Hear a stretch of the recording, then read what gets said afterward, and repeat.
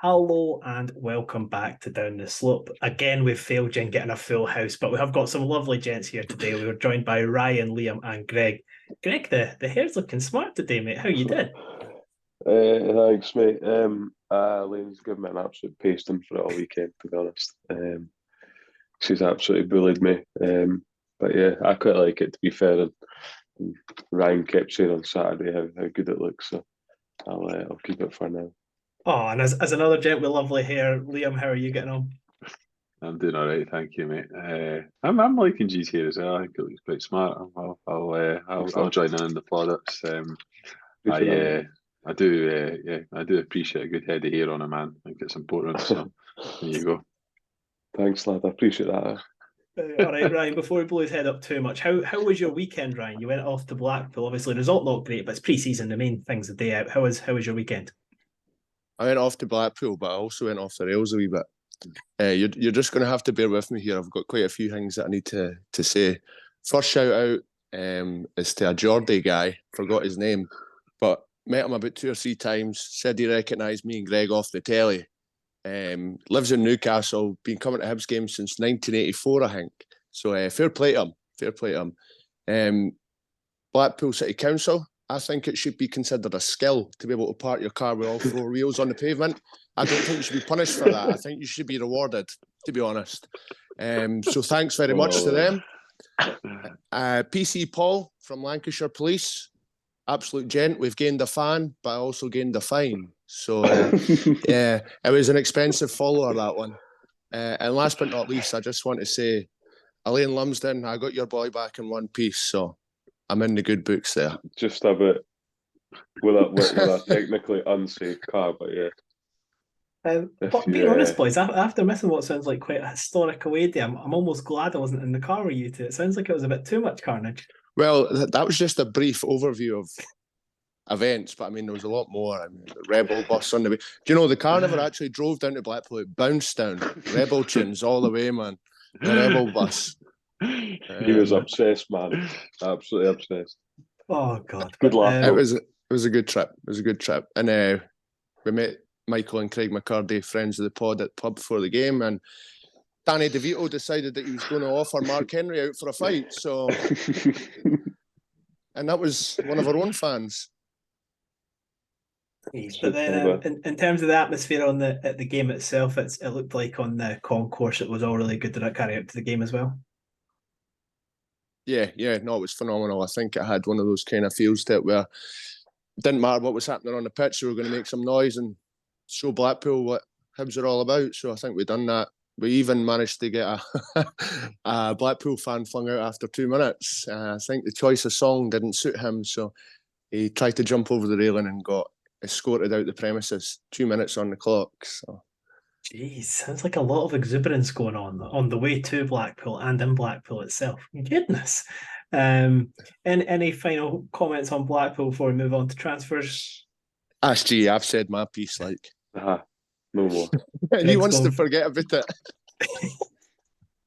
Goodness. It's just one of the places there that I suppose Blackpool's quite honest. It doesn't claim to be the city of culture or anything, so got to respect it for that. But yeah, really glad I didn't wake up there on Sunday morning with a hangover, because it would have looked 10 times worse. Goodness. Well, thankfully you don't, Gene. That hair's looking fine.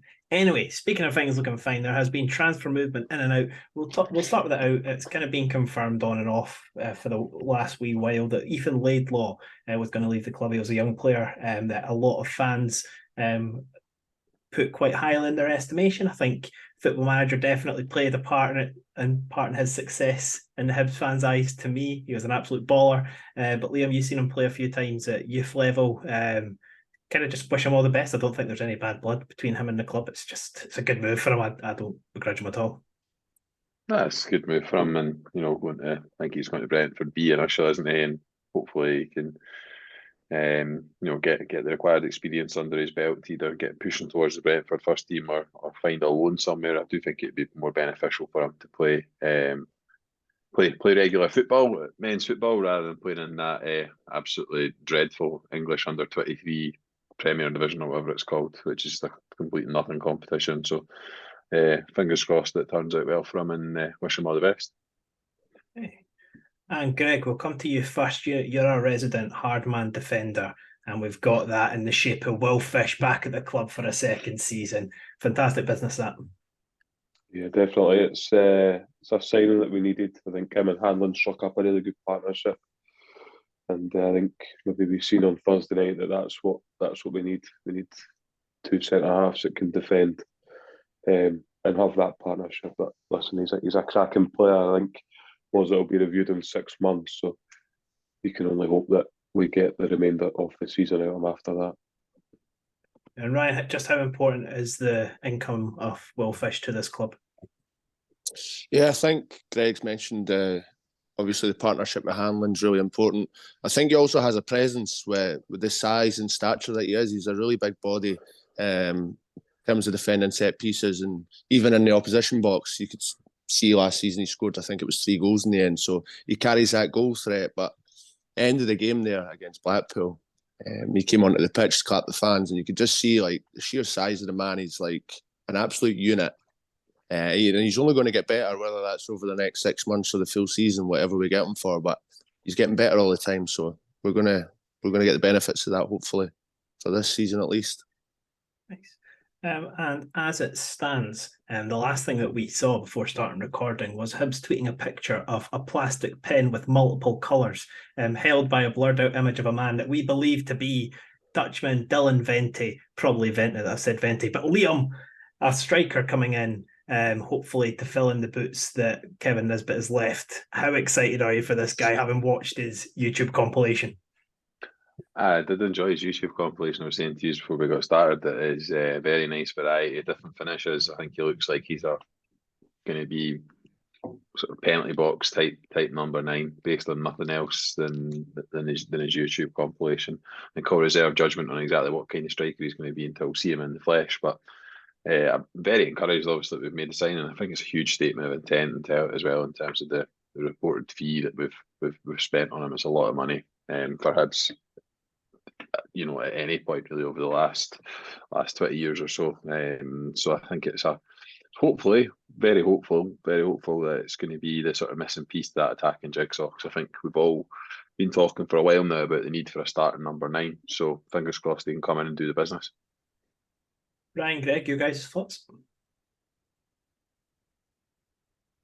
It's a good habit to get into scoring goals, and he's done that for a couple of seasons, and we've seen it before where these players come in and maybe don't quite do it. So you just need to hope that he comes in and like Liam says, hits the ground running and starts scoring goals early and gets the fans behind them. Ryan, any thoughts yourself? I just think that we really need a presence, a focal point up there. Doesn't need to be a big target man or somebody who can hit on the long ball, but just somebody that can, bring others into play, get himself in the box, get on the end of things. I think really kind of highlighted the fact that we lack that Thursday night pass. And I don't want to dig anyone out, but Melkerson, I thought, was really poor there on Sunday. Did not show anything in terms of holding the ball up. Wasn't strong, but he was so uninvolved in the game. So yeah, I'm pretty happy we've brought in another striker, so we don't need to rely on the likes of himself and Lafondra to score the goals. So we'll see what happens. Agree with the on you go, Liam. No, I was going to say probably do think it probably means the end of Christian Doidge at Hibs, I would imagine. Or certainly one of him or Melkerson. I think we'll go over the next couple of days. Just we've probably got too many centre forwards on the books now. With Kukurevich going to Swansea, it looks like Vente will be kind of the main man. So I do think that we're clearly putting a lot of our eggs into this basket, but fuck, that's a horrible cliche that I hate. I don't know why I used that one. But his goal record's very, very impressive, even if it is in the second tier. In Holland, I think it's very impressive goals to games ratio. So fingers crossed. And he's come through the system at Feyenoord as well, which have done a pretty decent job, I would say, of bringing through young players over the last however many years they've been kicking around. So it's a good pedigree to have. Just one last thing to touch on before we get on to the listener questions. We had our first competitive game of the season, and in short, it was not very good. We went away to Andorra. I think I predicted 6-2. I think we'd all predict, the rest of the boys had predicted goals to nil victories, and it was just an absolute shambles from start to finish. Boys, we need to quickly recap what on earth happened there. Brian, coming to you first. What went wrong? Jesus, be quicker telling you what went right. Yeah, do you know what? I don't know if it was a mentality thing going into the game thinking that we've got more than enough to beat these boys. And I don't know, it's hard to say, but there didn't seem to be any real game plan, no kind of action plan as to how we were going to play. It just seemed a bit rushed and hurried and misplaced passes. Poor, very, very poor defending for the goals. I think Stevenson got caught out and Rocky for the first one, and then obviously Marshall had an absolute disaster class for the second. I mean, it's very poor, very poor. Didn't create enough chances at the end of the day. Yeah, obviously we got the goal late on, Greg, but doesn't really cover for what was a terrible performance. That's entirely unacceptable from start to finish, I would say. I don't think anyone really comes out of that game with any credit, maybe other than Joe Newell, maybe, but purely because he got a goal. The defending and goalkeeping that we showed on Thursday was entirely amateur, and I do still believe that we'll go through, but I think that you can't allow them to score because clearly we can't break them down. I think at times some of the decision making was woeful as well, but like you always, after these games, always see a lot of blame fired all over the place, but for me it's on the players. That I think it's entirely on the players, that performance. And I know it might sound daft, Liam, because we're playing against an Andorran team at Easter Road, but is it now turned into actually what feels like a big game this coming week, or do you still expect Hibs to go out there and beat them handedly?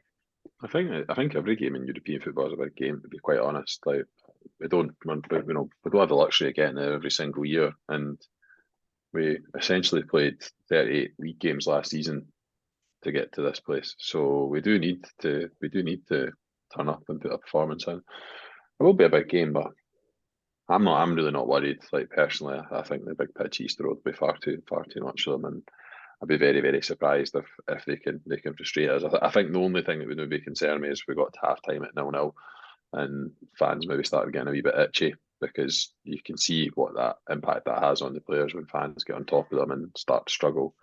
So I'm really not worried. They didn't look to me like they had enough to be able to stick with us for 90 minutes on the big Easter Road pitch and was playing at the tempo that we can play at. Well, we did play at for periods towards the end of last season. I'm pretty confident we'll see them off. Well, prayers are up that you are correct.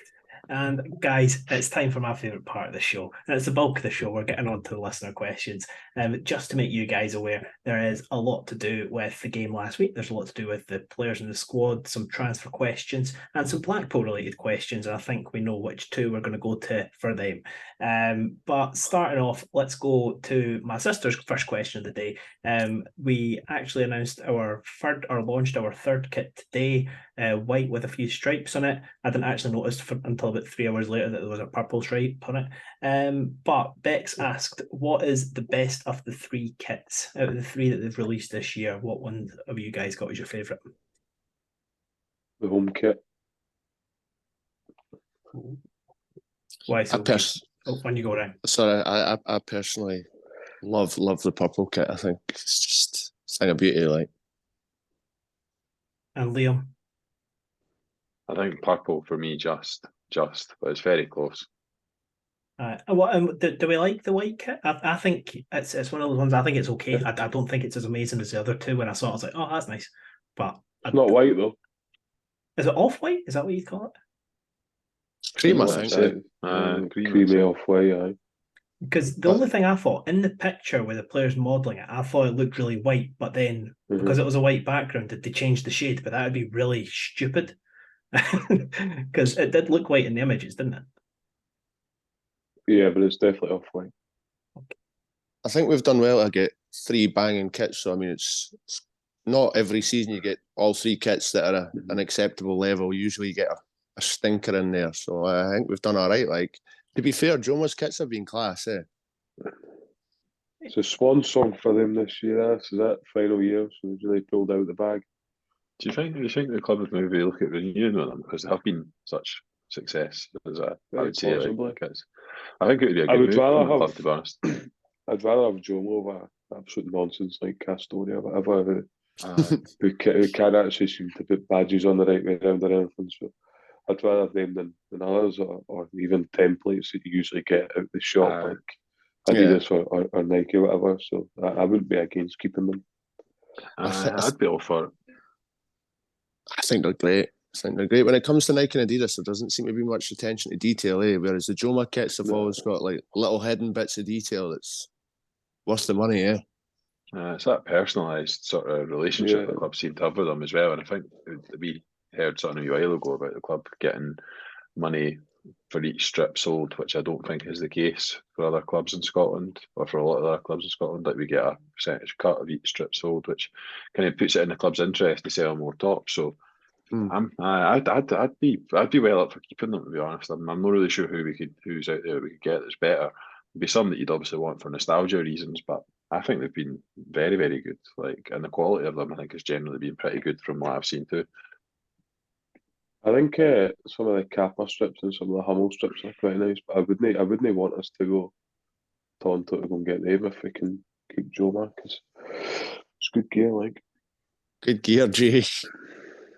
Well, it is. Listen, it's quality stuff. You know what I mean? No, I agree with you. Really produced this year. I agree with you. Well, no arguments there. All three kits are nice, and there you go. Kev Wilson asked, he did ask our thoughts on Vente, but we've already given that. He said, any concerns that we're only offering a 3-year deal considering the fee being quoted for him? I think the fee's being quoted at around 700,000, and that's in pounds, so I think it's about 900,000 euros. Any concerns it's only a 3-year deal? Personally, I think if he comes here and he lights it up the first 2 seasons, we could get a hefty fee for it. Even if he has a season that he looks capable of in the first season, he could end up going at the end of the year for a hefty fee. So I'm not too concerned at the 3 years. That red flags for any of you? No, I mean, I think the club have got to protect themselves as well, because it might not necessarily work out. We need to ship them off somewhere, and with a big long-term contract, it's an inflated price. So I think it's protecting both sides there, personally.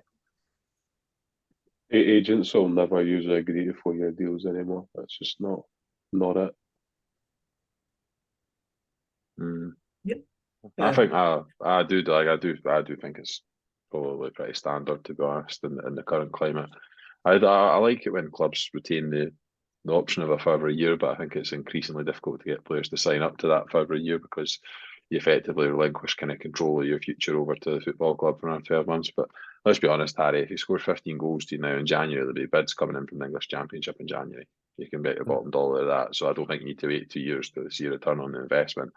If you're worried about the financial side of things, if he lights it up, like, the offers will be there. If he doesn't, then you've got a player for 3 years rather than 4 years who's not cutting the mustard. So I think it feels like the right term of contract for me, to be honest. Yeah, no complaints there. And then Kevin's second question was, any bucket list sporting events you'd like to attend? Ryan, we'll come to you first. Any sporting events that you'd like to attend? I'm assuming that's kind of like the finals of things, etc. Yeah, for me it would be the All Ireland football final, which was on yesterday. So I was at the quarter final, and that was amazing. So to go to the final would be something else. And to be fair, I'd go to the hurling final. Like, really not fussy either or. It'd be really good. Nice, Liam. I'd want to go and see an NBA playoffs game in TD Garden in Boston. I've been to Boston, but unfortunately not for a playoff game. Other than that, no, really, I've not. Again, we talked about it a while ago, but I would quite like to go to Wimbledon. I know it would be full of toffs and people eating strawberries and cream and that, but there's something about Centre Court in Wimbledon. I think just because you've watched it since you were wee, I'd quite like to go and sample it for a day, preferably when there's, I don't know, like normal people there watching it, and not like the royal family and all them. G. Hibs v St Mirren on Sunday. I was thinking though, there's a like growing up, I always wanted to go to like a Champions League final or World Cup final, but I just think they're both so corporate now. I think there's so little fans that go to them. I actually wouldn't be that excited to go. But one thing I'll say, this is just me flexing because I can. I got to see a UFC title fight from Octagon side, and that was insane. Like, that was so cool. And then probably a Super Bowl would be the main one for me. That'd be insane. Insert American jokes that Harry loves now down below. But yeah, Kev, let us know what bucket list sporting event you would like to attend. We'd love to know. And then Gav Dick has come in and said, thoughts on the Dutch striker, we covered that. Boyle a certainty to start? I think he needs to for Thursday, as I'm nervous. It's already been embarrassing and we've not started the season. So in short, would you start Martin Boyle on Thursday, guys? Liam, we'll come to you first on that. Boyle's to start. No, too early. He's played 45 minutes against Blackpool. They maybe play a wee bit of time in a behind closed doors game as well for the previous weekends. It's just too early for me. I wouldn't have him on the bench just for laughs like he did in the away leg. I'd have him on the bench to come on and actually make an impact. But I wouldn't be starting him. And Greg, there was comments in the press of Boyle saying that he feels that he was ready to play last week and he was somewhat frustrated that he wasn't lit on the pitch. Do you think Johnson, even though we were behind, did the right thing by not playing him? Who knows? I think if he goes and plays and then picks up an injury for another 3 months and you're going off your head, why we play him? If he doesn't play, we get beat. Why we not play him? What I don't want to see him is like Liam says, sitting on the bench, just taking up a seat. I think if he's going to be on the bench and he's to add value, there needs to be a plan. I think if he is to come on Thursday and absolutely have him on the bench, I don't think I'd start him. But if he was to come on for the last 10, 15, absolutely have him on the bench. Ryan, round us off on that. Thoughts on Boyle playing it, still starting on Thursday? Yeah, I think it's still a bit too early. I mean, he looked okay on Sunday, Saturday, sorry. Sharp, looked all right. But yeah, it's still far too early for him. It's a big operation he's come back from. It's a bad injury that can reoccur if it's not looked after properly at this stage. I think Boyle being on the bench last week, just for the sake of it, is pretty silly, to be honest with you. We need to be taking things like that seriously. Even if there's a 17, 18-year-old that can come on, he might make an impact in the game as opposed to somebody that you've openly said isn't going to come on. What's the purpose of him being on the bench? It's just a strange one for me. But I think he can come on and make an impact on Thursday. He's had 45 minutes in the tank. He can maybe play 15, 20 minutes. Yeah. Honestly, I thought it was quite disrespectful, actually, just having him on the bench. Yes. I think that's really poor taste.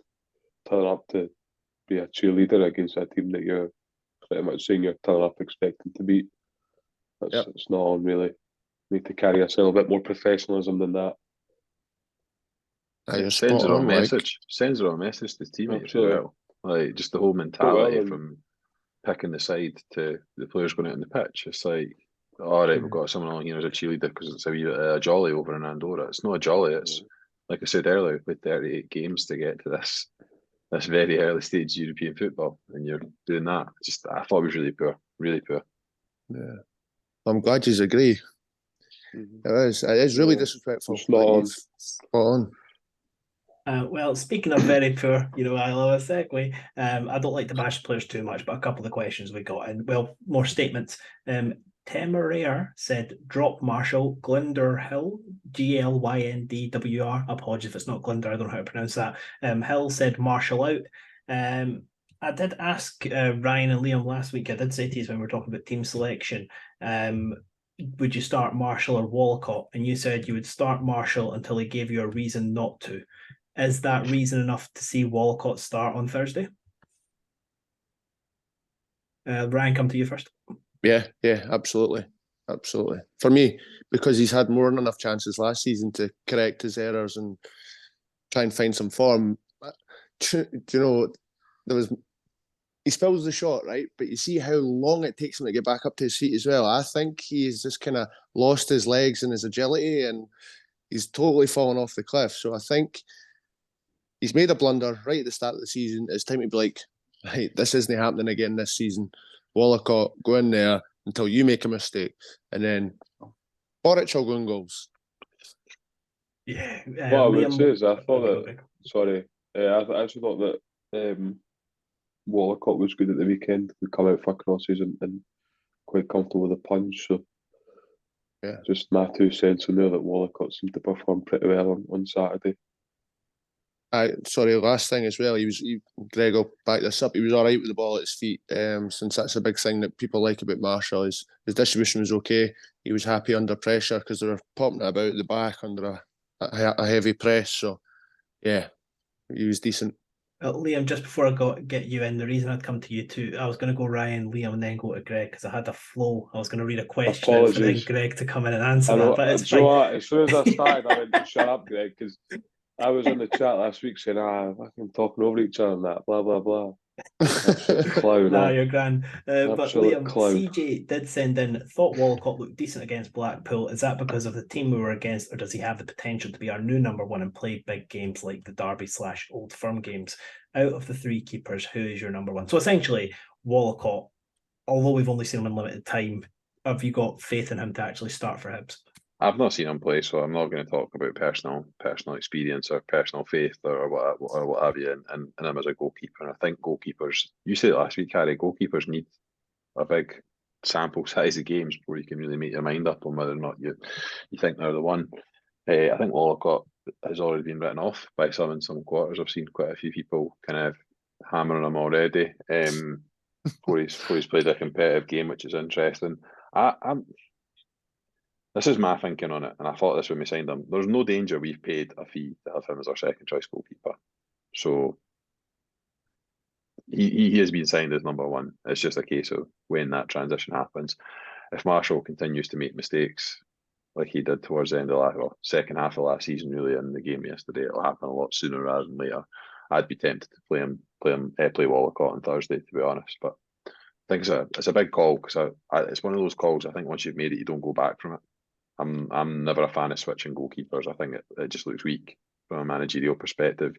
You make a decision, put your big boy pants on, you tell them who your number one is, and there you go. You run with it.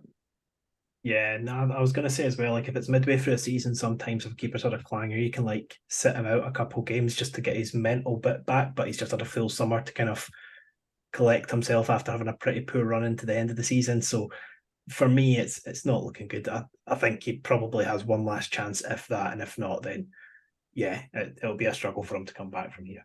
But we've got some negative comments on last week's game, which is definitely fair enough. The team were pretty poor. Vincent Docherty said, all passengers out on their butts. Try some fresh players and make changes early if it doesn't work. Go to full attack from the start and stop the crossfield passing that leads to back pass/punt. And then he says a not so nice comment about Rocky.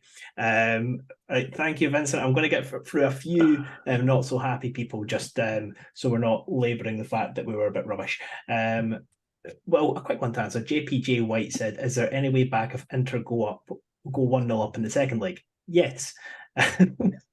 Scott Craig said, as likeable as he is and obviously improved, Rocky can never be starting centre-back for Hibs. Was Levitt not meant to be signed as an 8 or 10? Seems to be playing as a 6. Quality of the squad doesn't create away from the first 11. Would like to see Mackay get a chance. So for that one, Rocky, I thought he actually looked pretty good last season, but obviously didn't have his best performance, it's fair to say, in last week's game. Are you comfortable with him being a rotation option alongside Harbottle for centre-back? Greg, you've got a. I don't think so. Yeah, he didn't show enough last week to suggest that he's even rotation quality. It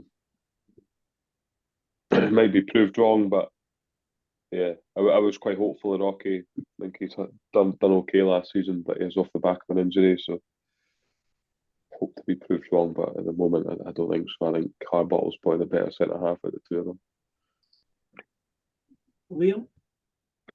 I'm not really sure of the need to single out Rocky, and amongst all the bad performances last week, there was a lot of really bad. In fact, there's 12 or 13 bad performances last week.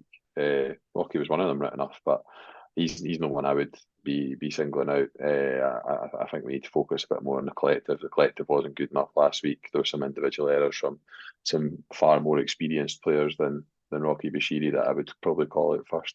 He does seem to be though the kind of Marmite player at Hibs this season, kind of starting the season. There's those who vehemently defend him and think he's great, and then there's those who I've seen a couple of comments on the back Thursday night saying he's the worst centre back I've ever seen play for Hibs, which I think is a take. But the truth will lie somewhere in between those two things.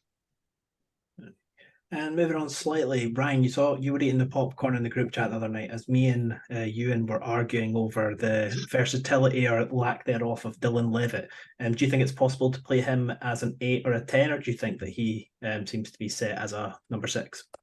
I think he's got the technical ability to be able to interchange in all three of those positions, 8, 10 or 6.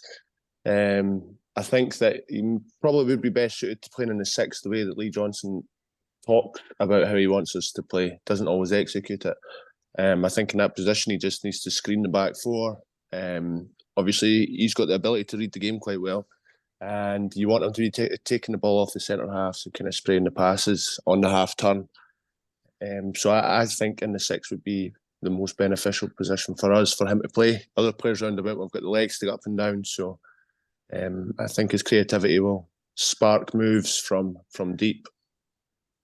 And then when necessary, he'll be able to make late runs into the box and what have you. So yeah, I'd be happy with him playing any of those positions, but I can see why Johnson's trying him at 6. Yeah, personally, I don't really like him in the 6 for games like Andorra. I don't think we really need to have a 6 in the park. I think if you essentially just push him up behind the striker and just get him the ball in good positions, I think he's good enough to play with his back to goal and actually turn and try and find passes. I think personally the main problem last week was how static we were in the front third. I think Melkerson, in my opinion, I know it might split the pod, but I don't think Melkerson's a winger in a million years. I think he's quite static in his movement. He likes to move around in the box, but he doesn't like to move around on the wing. It means that we're essentially playing everything through Ewan. Liam, you're on mute, sorry. Melkerson's going to have to learn how to do something different. No, this defence of him, he's not a winger, was kind of a bit tiresome, to be honest, because he's not a winger, but he's not shown enough to be played as a number 9 in his time at Hibs. So you're going to have to just adjust and find a way to get yourself in the team. And if that's to work a little bit harder, try it a bit harder, run a bit more, just look involved. Do you know what? His body language from when he first joined, where he looked like he wanted to be here, to his body language now is night and day. And I tell you what, if I was coaching him, just the first thing I would do is just speak to him about how he carries himself on the pitch. Yeah, that's fair. But we love the segue. Dan Mackay as winger. Does he deserve a chance? Greg, come to you on that one. It's funny Liam mentions body language there, because he looked miles off it on Saturday. He did not want it one bit. There was a ball in the second half where it comes right over and he sort of shies away from it. Like he always just possibly just moves himself out the way of the ball. So I'm pretty sure I mentioned that at the time, and you said, what, he was playing for the throat. I got my head ripped off by G at that point, but I'm glad you seen the error of your ways. Nah, definitely. It was very lazy. There was absolutely no need for him to set that far off. I think maybe jumping to the defensive players too quickly. But nah, that was really bad. And also on Melkerson, had a great chance in the first half. But fucking hell, his touch, man. Oh my God. Yeah. This touch ended up done by Blackpool Tower. It was that bad. Like, it was horrendous. He was 1-on-1 with the goalkeeper, but he'd had about, I don't know, 25 yards. All he had to do was take a touch, keep the defender out of the equation, but his touch took him into the path of the defender and the goalkeeper. It was just, it was lazy. As for Dan Mackay, it's a shame because he's got raw pace that can be useful in games. He's really direct, so it's a shame that application hasn't really been there as of yet. I think with that Melkerson chance, his touch should set him up perfectly for it. Get the strike away at goal, just showed nothing. And actually, just on Dylan Levitt, me and you were having a conversation before the Groningen game, not to hash it back up, but I wouldn't be against Dylan Levitt playing the 6 against sort of teams that will come in and sit more, because you need that creativity for deep areas. Whereas with against Celtic and Rangers, you don't need that creativity for deep areas because they won't come and sit in. So against the lesser teams like the Andorran teams and like the teams that usually come to East Road, sit in and try and get a point, you pointed Dylan Levitt sitting deeper in that 6 role to try and unlock the defence and play balls in behind. Mm-hmm. Fair enough. Well, some people have got problems with the position that Dylan Levitt plays, and some people have got problems with us. Lex Loafer said, "Hi guys, genuinely baffled at the antipathy towards Jego on this pod. We were so much better when he came in to play the 6th position and got rid of that dafty Porto and got a better centre half in Fish. We all moaned about Newell, Campbell and JDH playing the 6. We've made our opinions on Jego clear. We don't like to bash players on the podcast, and we try not to do it where possible. If you think Jego's a good player, that's good. And I can say wholeheartedly, we do wish that whenever Jego plays, he does put in a good performance and he goes and proves us wrong. But yeah, I think what you said about Porto being a dafty is incorrect. I think what you said about Fish being great is super. And I think we all did have a good moan about Campbell, JDH and Newell playing the 6. So thank you, Lex Loafer, for that. Sorry, Harry. I just want to say that Jake Doyle-Hayes does phenomenal work off the ball. Phenomenal. He's a one-man pressing machine, and I think we're a much better team when he's in there. So this season's a big season for him. Yeah. To be fair, Jimmy Jego might improve his game after Ruben McAllister showed him how to play football at the weekend. Oh, what a talent! He's so good. He's so good. I know I've had a bit of a pop because we paid money for him as Dal works at the club, but he's genuinely, like, I was taken aback by how good he was. He was a standout for me. He was him and Megwa. Megwa was really impressive. Really impressive. I think what's Megwa 5'10" wins headers. Every header, absolutely everyone. Can I just say this? I mean, this has been great, this conversation, but this has gone on far too long without someone picking Harry up on his pronunciation there. I can't believe he just talked about his antipathy. Did you hear that? What did I say? What, antipathy? Antipathy. It sounds like something you'd order in an Indian restaurant, man. Or your Auntie Kathy. Anyway, sorry, Harry. He also said sympathy. He said earlier in the pod the front third as well, if you want to go back and listen to that. I don't know what the front third is, but it's certainly not in football, is it? Harry, we love you. Earlier on, Ryan says, I don't want to dig players out, then proceeded to dig a player out. And I didn't call him out for that. Goodness. Everybody just I know. Harry. I meant I don't like to do it. You ken me, yeah. Guys, we're losing it. Let's get back. I feel really bad because someone sent a question. I forgot to type their name down. But anyway, they said Melkerson had a 65% strike rate at each club before Hibs. McCurdy had a 55% strike rate, essentially for percentage of shots to goal ratio, both on 0% after approximately 23 league games each for Hibs. That's a crash that simply can't be put down to the players. So do we need more creativity in the side? My initial instinct for both of those players, again, don't want to bash them too hard, but I think that's more of a recruitment issue. I don't think they were at the stage where they were ready to play first team football for Hibs, and I think that's more of the reason than the fact that just coaching, because I think putting those two players down to coaching is a bit much. No, Liam? The common denominator with McCurdy and Melkerson is I've no doubt they both got something. They both got a bit of ability, but neither of them have the physicality or to be honest, the determination, or maybe even a little bit of ability missing to play as a lone striker in this league. Neither of them have got it, so they've had to go and play out wide, and neither of them have cut the mustard out wide. So that's ultimately the common denominator with those two players. Their goal records for coming Hibs were both pretty good, and ultimately that's how Dylan Vente will be judged, like whether or not he can read the line. It's all the things that you need to be able to do that and do it in the way that Lee Johnson wants to play. No, I'm not pushing that back onto the manager, by the way. I just think, obviously how a manager wants to play dictates. Really clever centre forwards, like really great centre forwards, learn how to adjust and learn how to be able to play the role slightly differently. Melkerson and McCurdy haven't learned that yet. Melkerson's still young. Maybe his time will come, but I haven't seen enough from Melkerson to suggest he will be a starting number 9 for Hibs anytime soon. And then Aaron sent in a question saying, thoughts on the youth players playing. I'm not sure if that was in relation to Blackpool or if that's in relation to the youth players playing in general. So I'll tie that into the next question, which Jeff Ashton said. First of all, he said Fish to start on Thursday, but then he said, I didn't see the game against Blackpool, but any of the young boys stake a claim for a place. G and Ryan, come to you guys first. Thoughts on youth players playing for the starting team? Yeah, I Physically think ready, I would say. Definitely physically ready. Now, there is a couple, they're very absolutely physically ready. More than capable at right back. Can play football, proper football. Megwa, centre half, machine. So there's two straight away in positions that people are probably looking at and looking for players to step into. You know, there's a lot of criticism of Rocky Bashiri. There's not really a right back there at the moment that's staking their claim.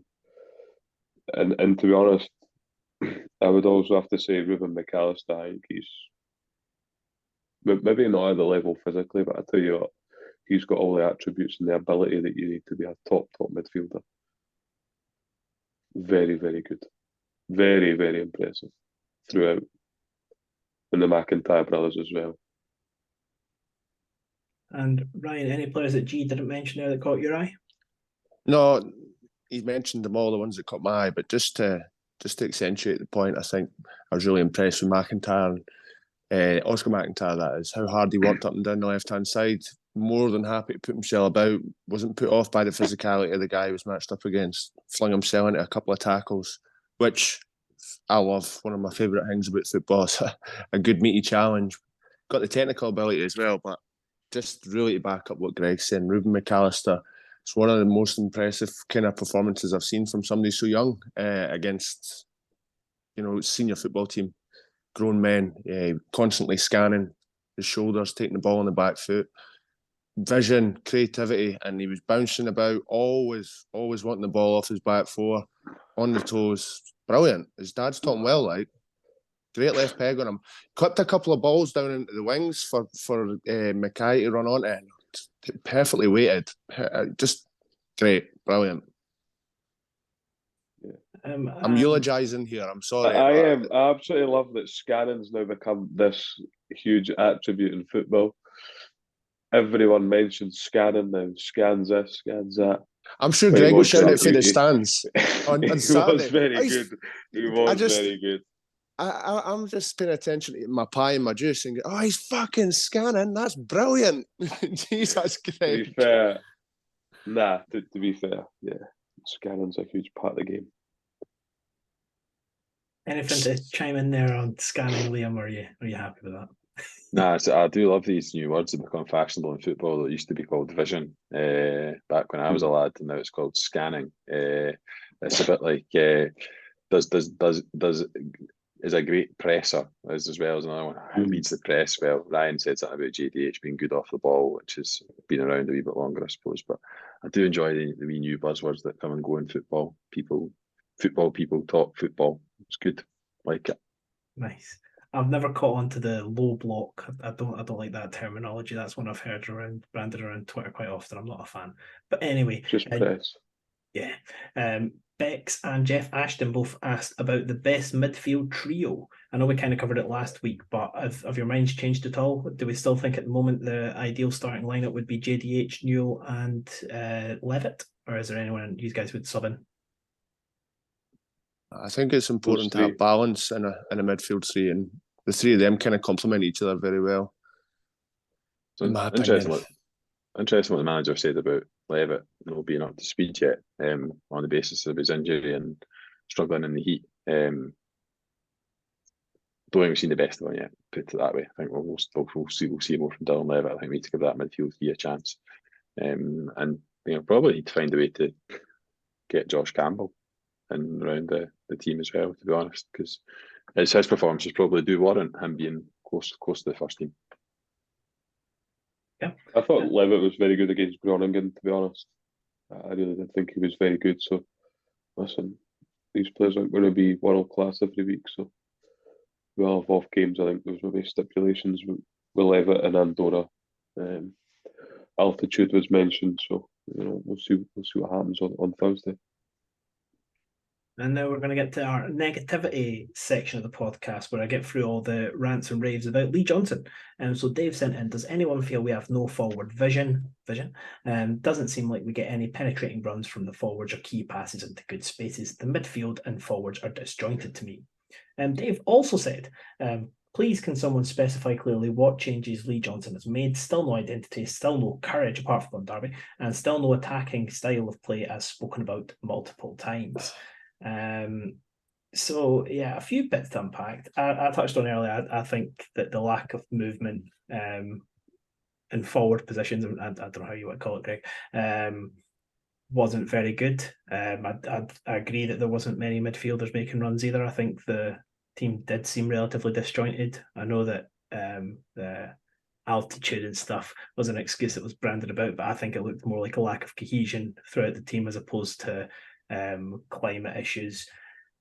Yeah, do you think that's a harsh assessment of Lee Johnson, or do you think he's made fair comments there?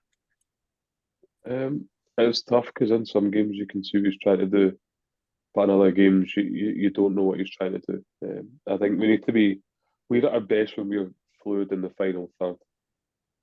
That's when we're at our best, when we've got that level of fluidity in there with the runs from midfield, and maybe with the midfield three that we like, maybe that's not going to be as prevalent, but you've still got Junior that can get forward, and Doyle Hayes likes to get himself into the areas. So I just think that the players do need to take it on themselves, so they need to take responsibility for their own performance. Loads of question marks over Lee Johnson, but for me, the players weren't good enough at the last week, and that comes from their decision making when they're in the box or in the final third, where they're positioning themselves, looking at their other teammates and seeing where they are. Pick up pockets of space and don't just be so one-dimensional all the time. Yep. And then Stephen Bell said, if we are eliminated from Europe on Thursday, does Johnson have to go? President said last year when Motherwell binned Alexander after embarrassing elimination from Europe. And then you and Robert also asked, would you sack Lee Johnson if we got knocked out on Thursday? My simple answer is yes. I personally think that over 90 minutes, I think that's the worst opposition that have beat Hibs that I can ever recollect. I wouldn't expect Andorra, that team, to do much in the bottom leagues of Scottish football, never mind beating us. I think it was just really poor. Obviously, it's one of those situations we're never going to see, but I think it was woefully bad. And if we somehow don't beat them at Easter Road, I don't think Lee Johnson, I think it's normally Liam that says the phrase credit in the bank. I don't think Lee Johnson has enough of that to justify staying if we get embarrassed at Easter Road. I don't think that's going to happen.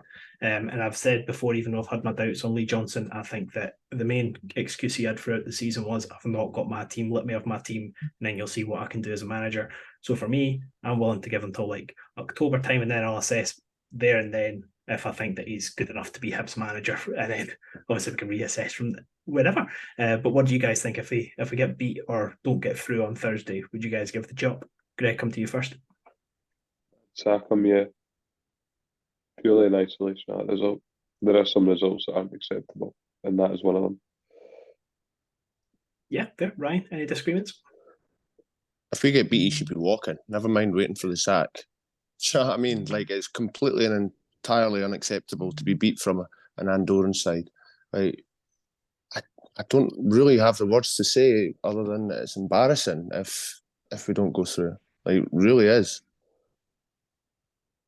Any disagreements, Liam? I just wanted to be devil's advocate and try and find a way of having like a different opinion from you. But what I was going to say was pretty much word for word what G said in terms of if you have that result in isolation, sometimes that's enough. But I don't know. I think we'd need to assess it after Thursday. I think a lot would depend on what actually happened on the pitch on Thursday night. You know, if it was, you know, kind of another sort of freak result, or if actually the performance was just really lacking and substandard like it was on Thursday. Like if he can't get a reaction from those players from last Thursday, then I guess the answer would probably have to be yes, because that would worry me about what kind of season we're set up for. But I am conscious that we've just probably spent something close to £2 million in transfer fees across the course of this window. There's absolutely no danger we're going to sack him after doing that. So But it's a bit of a circular conversation, which therefore makes me think, if we're not going to sack him, why don't we just get behind him and just accept that? It's a really bad result. But I mean, it's going to be if we lost him for the fucking toxic at home to St Mirren on Sunday, like absolutely fucking toxic. Yeah, it'd be worrying times. Aye. But yeah, Lewis Young, apologies, missed a question earlier when I read out Gav's question, but he also asked, should Boyle start on Thursday? We answered, probably not. And then Sibo, what a guy, initially sent in a tweet asking, any DTS fancy leagues, lads? Which I enjoyed that question. I was ready to answer that in the podcast, but he did correct himself to say any fantasy league. I've floated around the idea of having a non-old firm fantasy league. I think that could be quite fun. I get a bit bored seeing Tavernier captained in every team, and then seeing Kyogo play up front in every team. I just think it's a bit monotonous. So I think it would actually be a challenge and a bit fun if we mixed it up.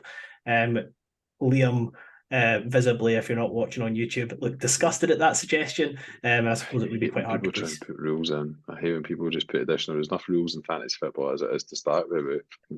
No old firm. It's like when you used to play FIFA and be like, oh, you're not allowed cutbacks. Well, you're not allowed to shoot from the halfway line. No sweaties. No sweaties. I'm happy to play fantasy football. I've not played it for a couple of years. I'm happy to play it. I will be starting Kyogo up front and having Tavernier right back. So is who did that question come from? Permission slip HSC? It did indeed. All right, okay. I know who you're talking about.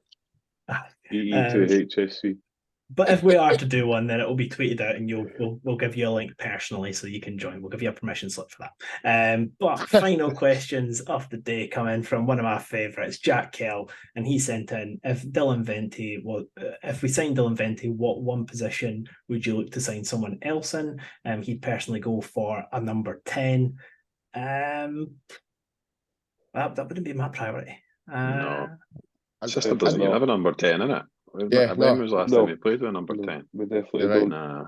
I don't hate the idea if you're going to play a 4-2-3-1, not to poo-poo it, because I don't hate the idea if you're going to play a 4-2-3-1 or you're going to play a system that actually uses number 10, I'd probably be for it. But how many teams play with a number 10 now? Most teams play that 4-3-3 formation, don't they, with the deep line kind of playmaker and the two box-to-box midfielders. So the number 10 that no tracky backy is dead. Like number 10s now are basically in teams to set up refs. Like you don't really see many teams. Your Scott Allen type player, to be honest, in football it's a dying breed. It might make a comeback at some point. Your Juan Roman Riquelme or your Alexei Eremenko are no longer. You've now got guys like Josh Campbell playing that role. It's a very different type of footballer. Right back for me. Sorry, Harry, to answer the question. No need for sorry. Greg, position for you? We play right back as well. It's the only position in the park that really was struggling to have a lot of depth. Right. I think it's glaringly obvious that that's the position that needs to be strengthened. I think going for somebody of good quality would obviously set us back, but if we were able to get somebody of the kind of ability that Stephen Whittaker had, I would give my left nut for that. Marauding runs up the park, just very, very good first time round. Well, Ben Kensel, if you're struggling in negotiations for a right back, you now have Ryan's testicle on the table as well, which is great. It's the only one I've got as well. It's the only one I've got, man. The other one's plastic. Goodness, I'd actually go for a right winger, to be honest. I think obviously Boyle's coming back with quite a serious injury, and I'm concerned if he goes down, then we're going to be pretty one-dimensional. And as we saw away from home against Andorran team, whose name I'm not going to butcher for about the third time on this podcast, I think we'll struggle massively. So personally, I'd go for a right back. I don't think we've really got a need across the team. I think we're about okay across the pitch. You mean that right wing? What? You just said that right back. Did I say right? I meant a right winger. You're confusing me now. Oh no, sorry. I wanted a right winger. You want us to say Nigel Farage or something? But final question of the day, Jack Kell said, what's your favourite song at the moment? Mine is either These Streets by Paolo Nutini or Last Call by Kanye. And then he said in brackets, if I don't hear Drake from Harry, I'll be very surprised. Being honest, mate, I'm a big Drake fan. I'm a big Drake fan, Jack, but I'm not the biggest Drake fan on the pod. That's definitely G. But Ryan, come to you first. Favourite song at the moment? Mairead Farrell by Gary Oak. Goodness me. That is Ryan in the one. Ryan, man. And we'll come to you, Leo. Wow. What's your favourite song at the moment? I'm listening to a lot of hip hop at the moment. This is quite mainstream, so everyone will have heard it. Lil Durk featuring J. Cole, All My Life. It's got a tune like it's got a nice wee melody to sing along to. Big fan of J. Cole, albeit he had 2 albums in a row that were quite shite, and is now hopefully getting back to being decent again. To be fair, the second album had a lot of good singles on it. Just wasn't very good flow as an album. Greg, on to you. Favourite song at the moment?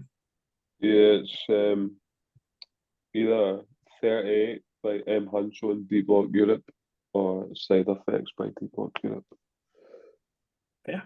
I was going to go for a J. Cole song, but then I don't want to copy Liam. That was going to be Tale of Two Sides. So I'm going to go for a completely rogue song that I heard on TikTok and it just got stuck in my head. It's an absolute banger called Wham by ASAP Ferg featuring Made in TYO. I don't know how that's pronounced. I just read what I saw. But yeah, if you want to listen to that one, Never stopped you before. Yeah, no, exactly. I've not seen Barbie in cinema yet, so yeah, I'm sure I'll get some cheesy songs out of that as well. But guys, that brings us to the end of listener questions. So quickly to wrap up, we'll do our predictions for the upcoming 2 games. I don't think we're going to be back before the league opener. So ahead of the Europa League tie, what are we expecting this Thursday? G, we'll come to you first on that one. Hopefully reaction for a kick-off. A lot of apologies flying about after Thursday, and the only way to rectify your behaviour is not with an apology, it is with changed behaviour. So we'll see if we can sort ourselves out on Thursday. I think we'll probably win quite comfortably. I think it might be 3-0. But I do think we'll win comfortably and go through. And Liam, final game without the vent or the fish. How do you think it's going Fish to go? is registered. I think Fish is Oh, is it? registered. Oh, yeah. Pretty sure he's registered. I think it'll be 5 now. I think it'll be a bedwetter's nightmare. I think we'll get a goal early and we'll tuck them away, beat them 5 now. Ryan? I'm very much expecting to see a reaction, and I think with the reaction they'll be relentless to keep going for goals. Won't take the foot off the gas. I'm expecting 5 or 6 as well. I think they need to go out and make a statement. Apologies are made through your actions, so that's what needs to happen. I went a bit over ambitious last week, so I'm just going to reel it in a bit. Actually, I think it's going to be squeaky. I'm going to say 3-1 Hibs. They're going to take the lead. Everybody's going to go absolutely mental. It's going to be horrible. Yeah, they're going to squeeze through. They're not going through saying that now, right? Yeah. So on that lovely note, I can't be bothered doing predictions for the St Mirren game because that's too far away. A lot will change between then and now. We can do those predictions on Twitter. But guys, thank you very much for joining me just after Dylan has joined our club. What a day, guys! What a day! But thanks everybody for listening as always, and we will catch you next time. On the couch. Cheers. Take care.